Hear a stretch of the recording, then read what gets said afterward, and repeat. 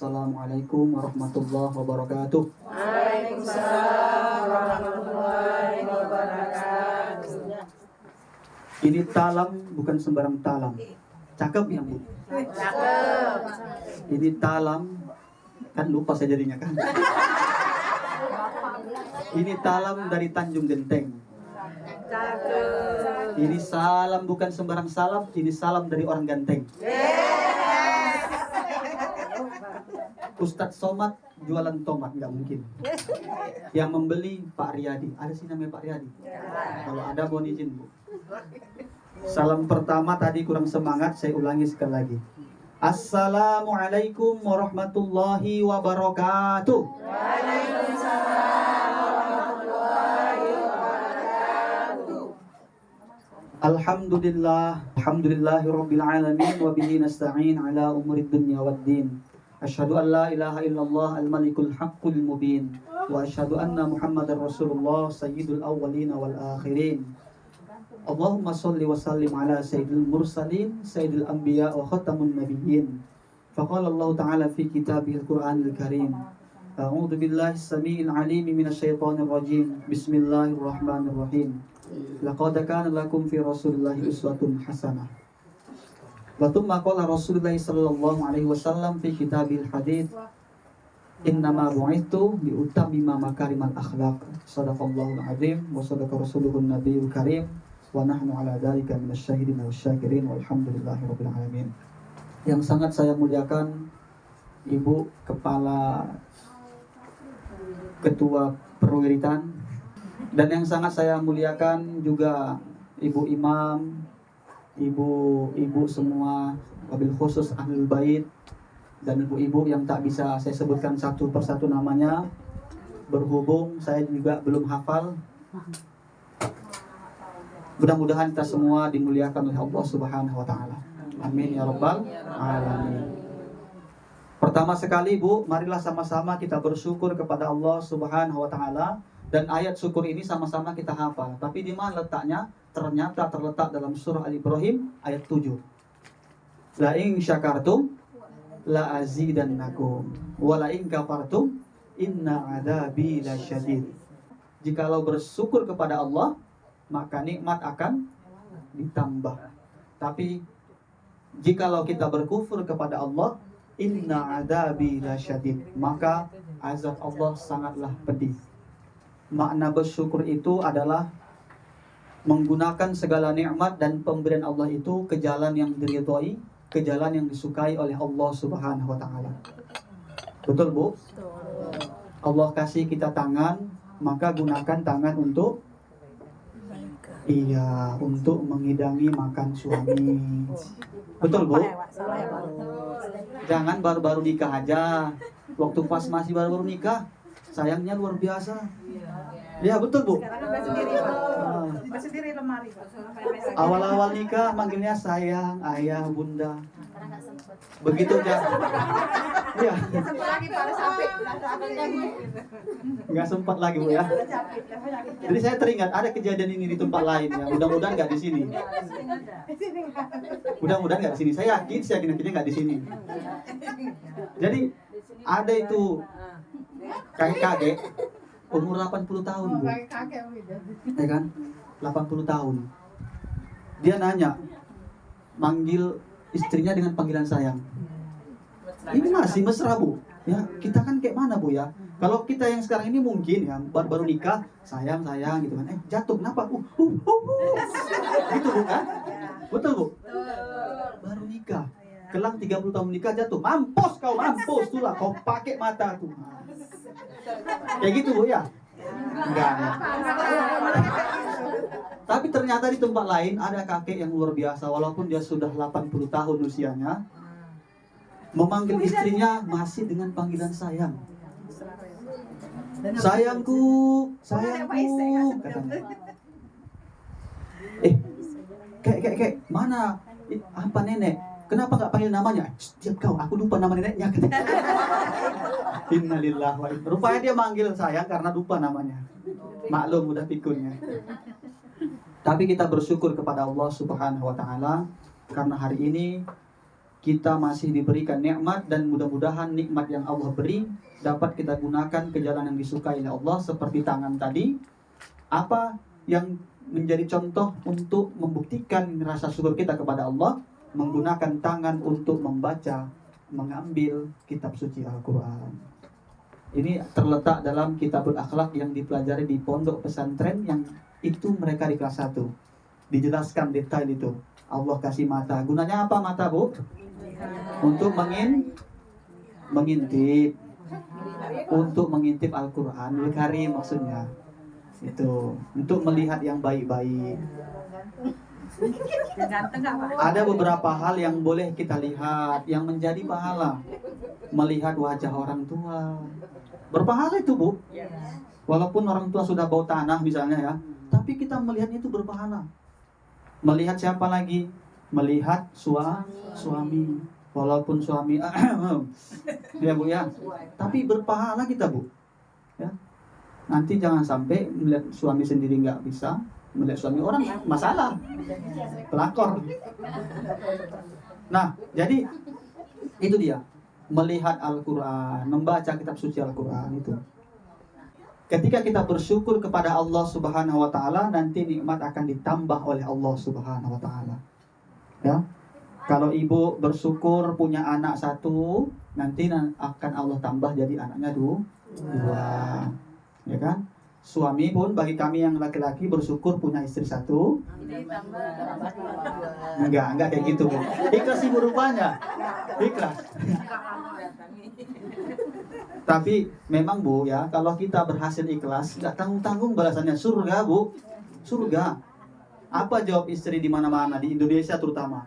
Masih banyak, Pak, surga dari jalan yang lain selain dari itu katanya.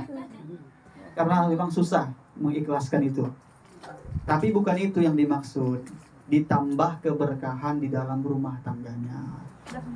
Ya kan? Amin, Allahumma amin. Hari ini saya bilang bersyukur. Ini sangat saya wanti-wanti, Bu, karena pernah kejadian. Saya ceramah beberapa waktu yang lewat di bumi Allah yang lain, tidak saya sebut, menjaga kode etik. Ada ibu yang salah dengar.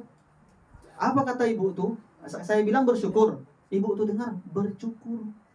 Kan masalah ini, Bu. Marilah kita bersyukur katanya. Dia sambil ngantuk-ngantuk kayak gini. Marilah kita bersyukur kepada Allah, niscaya nikmat akan ditambah. Marilah kita bersyukur kepada Allah, niscaya nikmat akan ditambah. Pulang jadi masalah. Disampaikan sama suaminya, mas. Kata Ustadz, kita harus banyak-banyak bersyukur. Kan bahaya ini. Datang suaminya, karena saking sayangnya dengan istrinya, percaya pula, betul itu, betul. Besok paginya dibawa salah satu keluarga ke tempat tukang pangkas. Mau ngapain? Mau pangkas, cukur. Akhirnya waktu makan malam yang susah, Bu. Botak semua. Iya, betul itu, Bu. Istrinya nengok suaminya yang nggak pernah botak, biasa rambut ikal terurai, tinggal botak. Mas botak. Suaminya lebih keke, Bu. Bayangkan ibu botak. Bayangkan, lebih keke lagi nengok ibu. Bersalawat kepada Rasulullah sallallahu alaihi wasallam dengan ucapan Allahumma sholli ala sayyidina Muhammad wa ala ali sayyidina Muhammad. Mudah-mudahan salawat kita menjadi syafaat nantinya untuk kita di akhir kelak. Amin amin ya rabbal alamin. Nah, saya mau tanya dulu sebelumnya, Bu. Ibu punya masalah tidak? Memang saya perhatikan pun ini ibu-ibu muka-muka masalah semua. Sama kayak saya juga punya masalah. Tapi indahnya, Bu, Allah itu berikan masalah bukan untuk buat hambanya susah, tapi agar kita lebih berusaha dan tidak menyerah, lebih banyak mengadu kepada Allah dengan cara terarah. Apapun masalah ibu, wajar, Bu. Ada orang yang belum nikah, dia pengen nikah, duitnya nggak ada, masalah. Sudah nikah, punya anak, masalah. Iya. Kalau dikaji-kaji masalah ini nggak selesai. Setiap orang punya masalah, tapi setiap orang punya masalah yang berbeda-beda. Betul, Bu? Betul. Kalau nggak betul, pulang awak. Betul, Bu kan? Nah, jadi apapun masalah ibu, solusinya terletak dalam kitab suci Al-Quran. Ayatnya, terletak dalam surah Al-Baqarah, surah yang kedua. Yang pertama ada Al-Fatihah, yang kedua ada surah Al-Baqarah pada ayat yang ke-45. Itu. Dan kemudian juga ada dalam surah Al-Baqarah ayat 153. Nanti silahkan dibuka, Bu. Isinya adalah wasta'inu bis-sabri was-shalah. Jadikan sabar dulu, baru kemudian laksanakan sholat. Semua orang bisa sabar. Semua orang bisa sabar, Bu. Karena ibu ketika masih kecil ngajari anak sabar, anak lapar, lapar katanya, nangis dia. Sabar ya nak. Dari kecil kita sudah ditanamkan untuk sabar. Bahkan orang yang mau mencuri sepeda motor pun, yang mau maling sekalipun, bisa sabar. Tapi belum tentu semua orang bisa melaksanakan yang namanya sholat.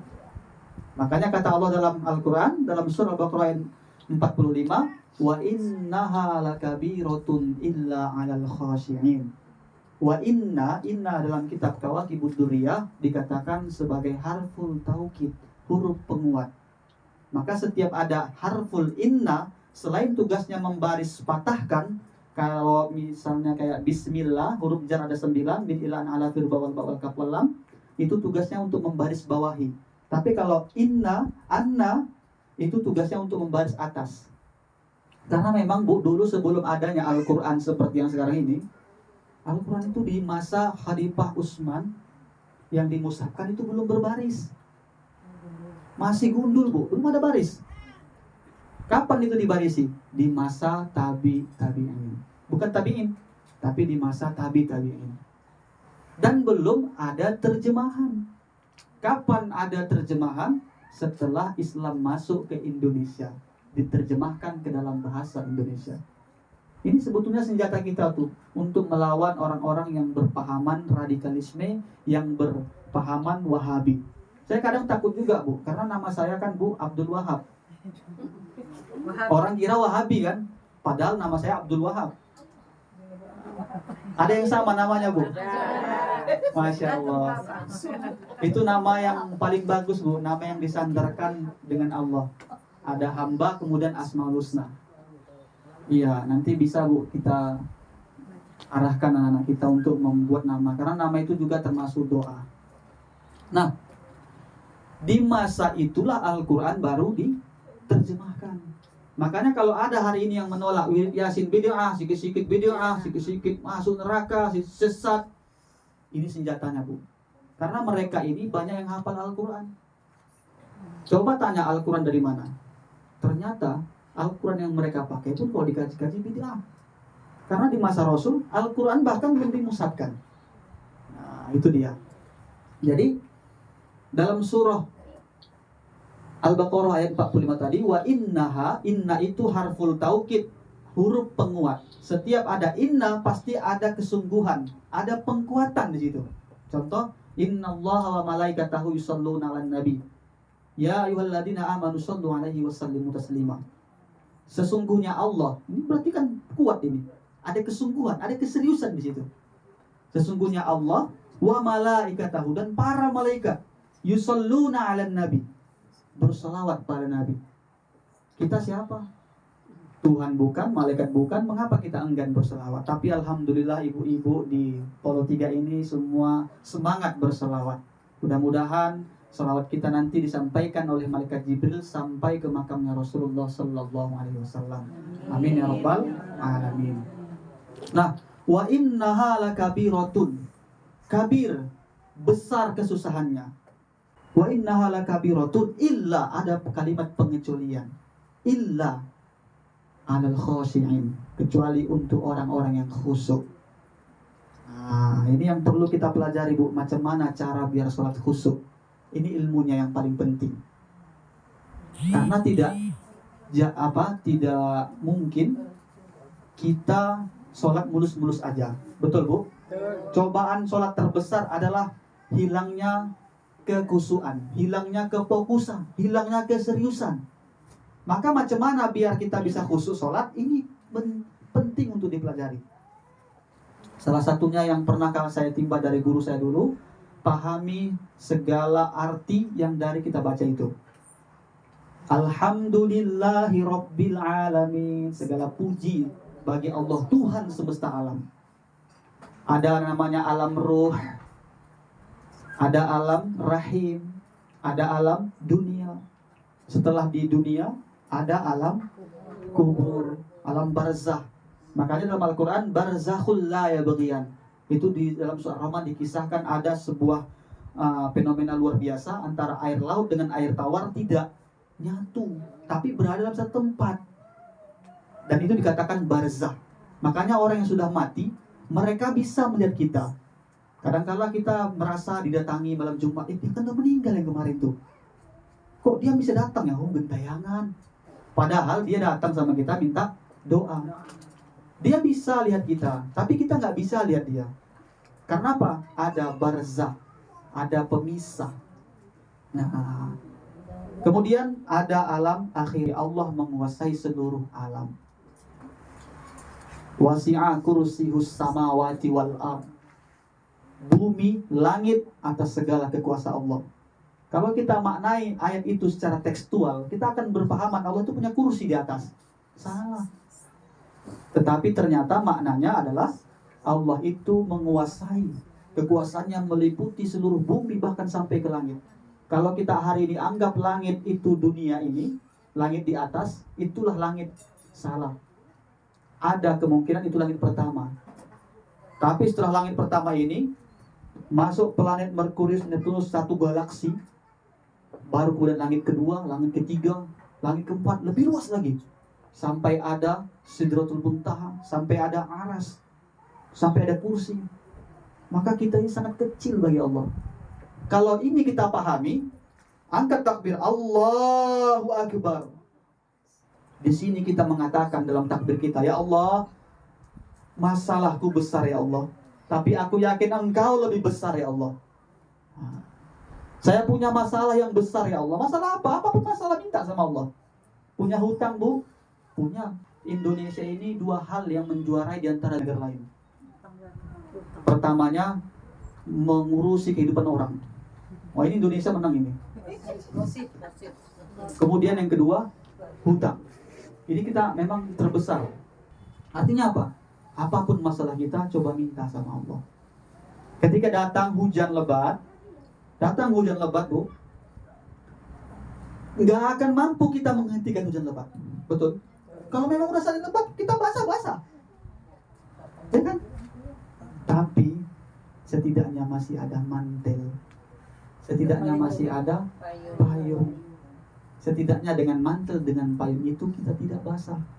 Ketika ujian datang sama kita berat, terasa sempit, besarkan Allah dalam hati, maka di saat itu insya Allah mudah-mudahan apapun itu kita terasa setidaknya lebih tenang. Karena sudah janji Allah. Dalam surah Al-Baqarah ayat 38 Allah katakan, "Qul nahbitu minha jami'an." Fa imma ya'tiyannakum minni hudan. Itu kisah Nabi Adam. Nabi Adam ketika turun ke dunia, Allah kasih, "Hai Adam, ini aku kasih bekal." Dan bekal itu namanya hudan. Fa imma ya'tiyannakum minni hudan. Faman tabi'a hudaya. Kalau kamu pakai itu bekal, apa jaminan Allah? La khaufun 'alaihim wa la hum yahzanun. Kita akan mendapatkan ketenangan, kita akan mendapatkan kesenangan. Fala khaufun, kata Allah, tidak takut. Kalau kita udah pakai bekal itu, pedoman itu, hudan itu, kita nggak akan takut. Kalau udah nggak takut, maka dapat tenang. Makanya kalau orang yang belum melaksanakan sholat, yang terbiasa sholat, belum tenang, gelisah aja, ya kan? Suami belum pulang, mana dia? Jangan-jangan sama. Ini mulai bahaya nih. Tapi kalau dia, insya Allah hatinya tenang, ya Bismillah ya Allah, Engkau yang maha menjaga ya Allah, kekuasaanmu meliputi segalanya ya Allah. Kalau dia nanti mau macam-macam, kasih hukuman ya Allah. Misalkan gitu. Ada yang doanya kayak gitu bu. Nah, wala khaufun 'alaihim wala hum yahzanun. Dan mereka nggak akan sedih. Kalau nggak sedih, berarti dia senang. Bekal inilah yang ternyata itu adalah kitab suci Al-Quran. Terletak dalam surah Al-Baqarah juga. syahrul Ramadan alladzi unzila fihi al-Qur'an. Diturunkan Al-Quran itu pada bulan suci Ramadan. Hudan. Apa itu hudan? Sebagai bekal, sebagai pedoman, sebagai petunjuk. Linnas, untuk seluruh manusia. Makanya orang yang mendisiplinkan dengan keilmuan, yang fokus dia belajar, meskipun dia bukan orang Islam, ketika dia sudah sampai pada titik tertentunya, tingkat tertinggi dalam belajarnya, dapat hidayah, bisa masuk Islam dia, Bu. Banyak tuh. Ya. Yang pertama kali dulu sampai ke bulan, begitu sampai dia ke bulan, dia nggak percaya. Padahal kata Allah dalam Al-Quran, kalau kamu sanggup menembus langit, sanggup, tembuslah. Tapi nggak akan pernah kamu tembus langit kalau bukan dengan ilmu. Itu ada dalam Al-Quran, dalam surah Ar-Rahman. Sampai dia ke langit, dia bukan orang Islam. Dia lihat cuma 2 tempat yang bercahaya di dunia, Ka'bah, Mekah, dengan Madinah. Dan dia mendengarkan suara azan tak pernah berhenti. 1 detik pun nggak berhenti. Wajar. Hari ini kita mungkin asar bentar lagi. Di Jakarta udah jam berapa? Di bumi Allah udah jam berapa? Jadi azan tuh memang nggak pernah berhenti. Dan ironisnya dengar sampai ke bulan. Begitu dia sampai ke bumi, dia ucapkan asyhadu alla ilaha illallah wa asyhadu anna Muhammadur Rasulullah. Ditembak. Tembak mati. Siapa yang nembak? Orang Yahudi. Walan tardo angkal yahudu walan nasoro hatta tattabi'a millatahum. Surah Al-Baqarah 120. Tidak akan pernah senang kaum Yahudi dan Nasrani melihat umat Islam, hatta sehingga umat Islam mengikuti agama mereka. Ini makanya hari ini Yahudi, Israel masih terus membantai umat Islam. Dan kita sepakat, kompak, serempak, sama-sama kita mendoakan. Kemarin zikir akbar hadir, Bu? Hadir ya? Iya. Alhamdulillah. Saya pun hadir juga di situ. Iya. Ramai memang, Bu. Jadi, Bu, ini izin ya, saya sambil live nih, sambil rekam. Saya punya channel YouTube, Bu. Ini selain promosi juga maksudnya. Nama channel YouTube-nya Abdul Wahab YT Channel. Nanti, Bu, minta tolong dibuka. Kemudian dicari Abdul Wahab YT Channel. Kemudian subscribe-kan. Ya, kalau nggak bisa dibuka, mungkin paketnya habis. Ya, betul, Pak. Isi dulu pinawat 2 GB. Like, comment, share, dan subscribe, itu dia. Jadi, Bu, sampai mana tadi kan? Lupa pula saya jadinya. Palestina. Israel. Menjaga kekhusyuan kita dalam sholat itu, mempelajari itu, setidaknya 3 hal yang mau saya sampaikan di sini dari guru saya. Mau tahu, Bu? Mau tahu aja atau mau tahu banget? Masya Allah. Guru saya menyampaikan kiblat Rasulullah itu ada 3. Ini upaya kita. Selain tadinya kita coba untuk mengetahui segala arti yang kita baca, kemudian yang kedua, mengusahakan 3 kiblat. Yang pertama, dada ini nggak boleh geser sedikit pun. Ini kan memang mazhab Imam Syafi'i seperti itu. Arah kiblat. Kiblat yang kedua, mata ke bawah. Itu kiblatnya Rasul. Walaupun sebetulnya boleh, Bu. Kita sambil sholat Allahu Akbar, mata kita gini-gini, boleh. Sah itu, Bu. Dalam mazhab Imam Syafi'i nggak apa-apa. Mau pejam aja pun gini boleh. Tapi dikhawatirkan kalau pejam nggak nampak pergerakan. Sementara mata juga menjadi saksi di hari kiamat. Iya, itu yang maksud saya tadi, Bu. Takutnya ketiduran. Apalagi udah sujud, Bu, ya. Subuh-subuh sujud. Udah deh itu Pulau Sumatera situ. Pulau Aceh. Berarti nggak khusyuk. Iya, betul. Nggak khusyuk berarti. Nah, Geser-geser nggak khusyuk. itu mata. Mata memang arah ke bawah. Menghindari apa? Ya, kita ketika melihat pun boleh, tapi ketika kita lagi sholat tiba-tiba kita tengok gini ada suami kita bonceng orang, aduh hilang fokus sholat, Bu, ya kan? Tapi kalau kita tengok ke bawah aja, walaupun dia bonceng 5 kali pun nggak open kita, fokusnya tetap terjaga pada Allah. Nah, dan yang ketiga, ya, hati dan pikiran selalu berfokus pada Allah. Allah. Itu apa ya, Pak? Itu memang yang susah, Bu. ya kan? Kunci yang nggak pernah jumpa, hilang selama 2 minggu aja jumpa. Begitu dia sholat, Allahu Akbar, Allahu Akbar. Oh iya ya di sana dulu. Sering itu memang. Iya. Apalagi udah mulai sholat, Allahu Akbar. Apalagi duitnya hilang, Pak. Bismillahirrahmanirrahim. Rokaat pertama masih kusuk. Rokaat pertama, rokaat kedua, Allahu Akbar, Allahu Akbar. Bismillahirrahmanirrahim. Tadi kayaknya aku taruh dompet di dekat lemari. Gimana ngilangannya, Pak? Bukan di lemari. Oh, di dekat tilam. Allahu Akbar. Sami'allahu liman hamidah. Nanti kalau anakku datang atau suamiku datang hilang pula. Kayak mana dia? Allahu Akbar, Allahu Akbar. Assalamualaikum. Bahaya.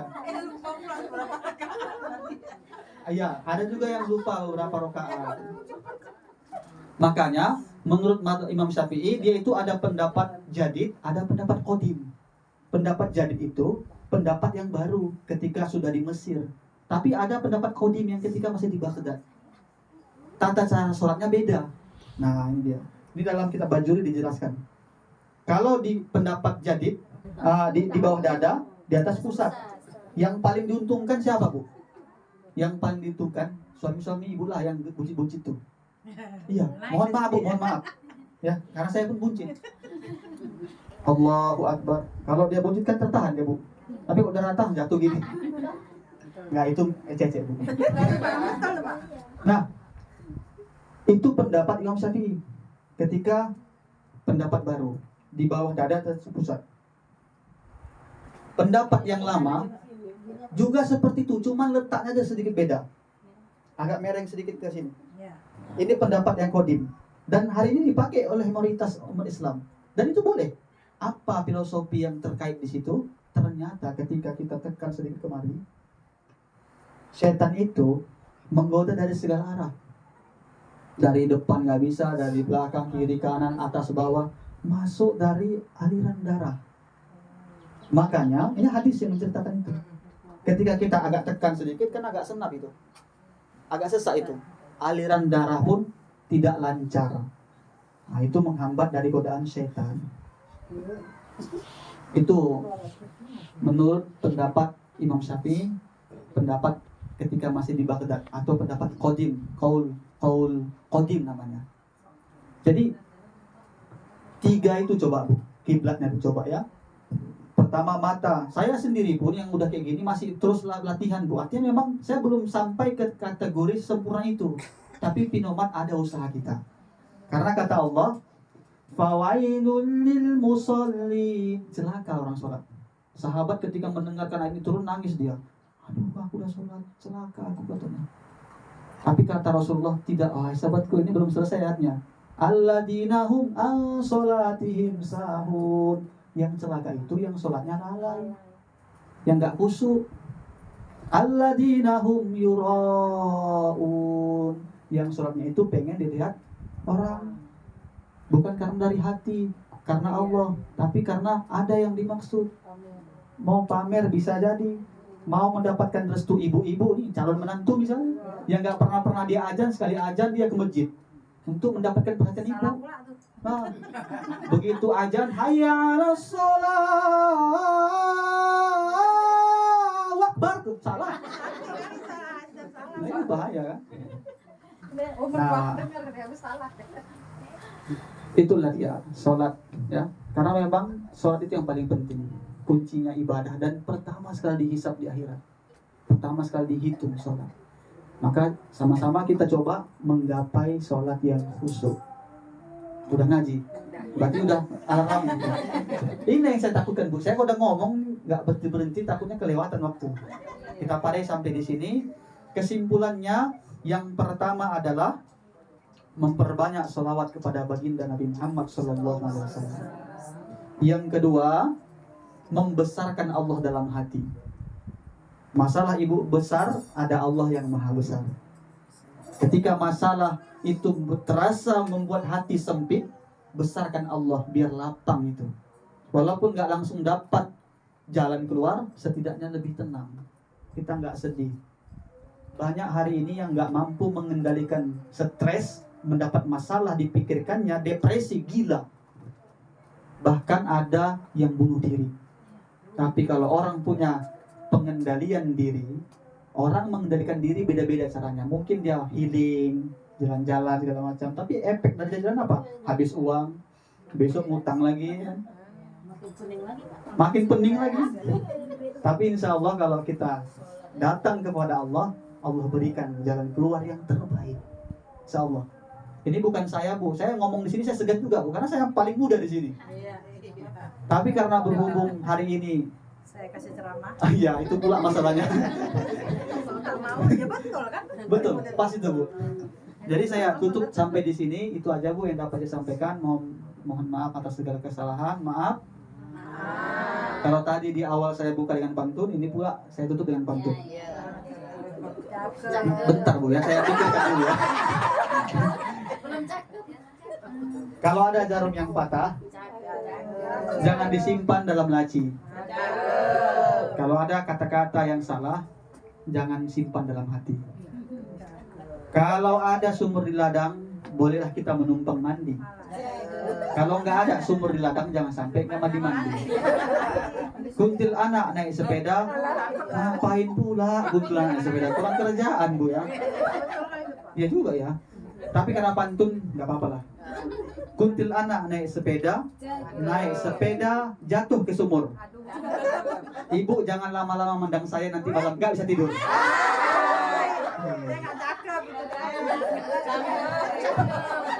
Mari kita angkat tangan, Bu, sama-sama. Subhanakallahumma bihamdika asyhadu an la ilaha illa anta astaghfiruka wa atubu ilaik. Wabillahi taufiq wal hidayah wa ridwa'i wal inayah. Assalamualaikum warahmatullahi wabarakatuh. Waalaikumsalam warahmatullahi wabarakatuh.